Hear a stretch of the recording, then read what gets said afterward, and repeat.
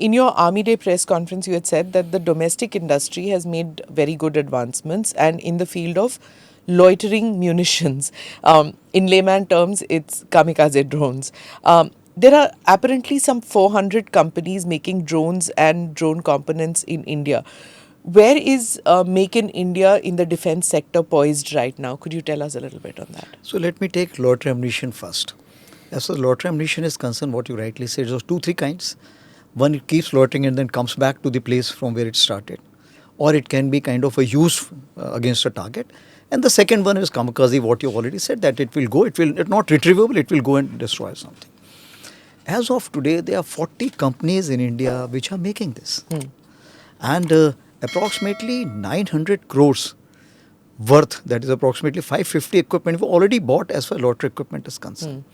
And now what has happened, see, R&D when you do it, you want to put that cost also as part of the sale price. But as the number increases, your R&D cost goes down. So then what happens, in approximately 1,200, I am looking at 900 plus equipment now. And I've already catered for a budget of approximately 4,000 crore to cater for approximately 3,000 again loitering ammunition.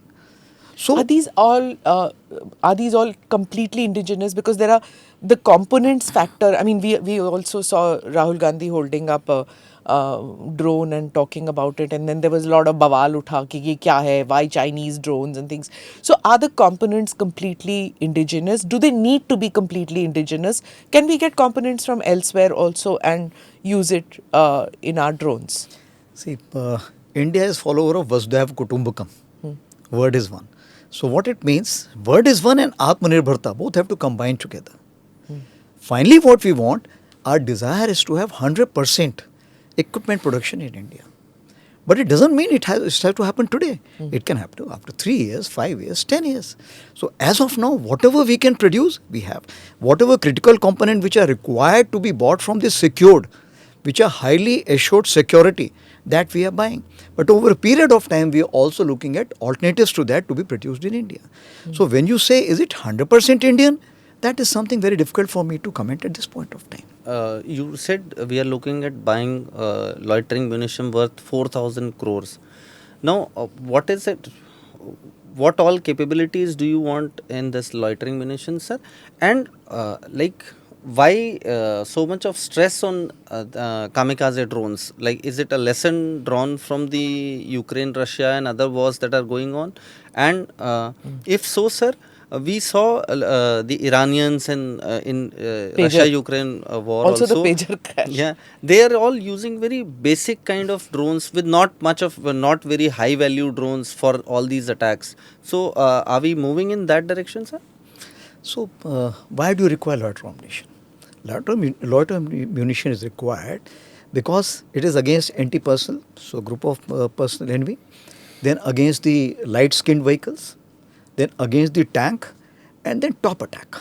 So Even tank can be taken down by a drone? Yeah. No, it's a loitering munition. So a munition which is there, it can be a missile also. Okay. Let's say something which is spike missile today has the capability which is called as lock on after launch. So if there's a, let's say, a hill in between, so you fire from here, it goes across, sees the tank, and thereafter you can say, okay, this is the tank you need to destroy. So that is also a kind of a drone, yes. Yeah. So this loitering munition is something, it can be used against a tank straight also, that is head on the side or front, and top attack also. And what you have seen in the Ukraine war, the top attack drones or loitering munitions have been the most successful ones. Now coming on to what you have learned from the Ukraine war. The two things which you have learned is, firstly, that the duration of war is not within your control. Yeah. It is equally to be decided by the enemy and all those who are supporting the enemy in the background. That is point number one. Secondly, adaptation under fire. It means your leadership should be able to adapt to the situation. The technological innovations and indigenization, all these things you should be able to adapt.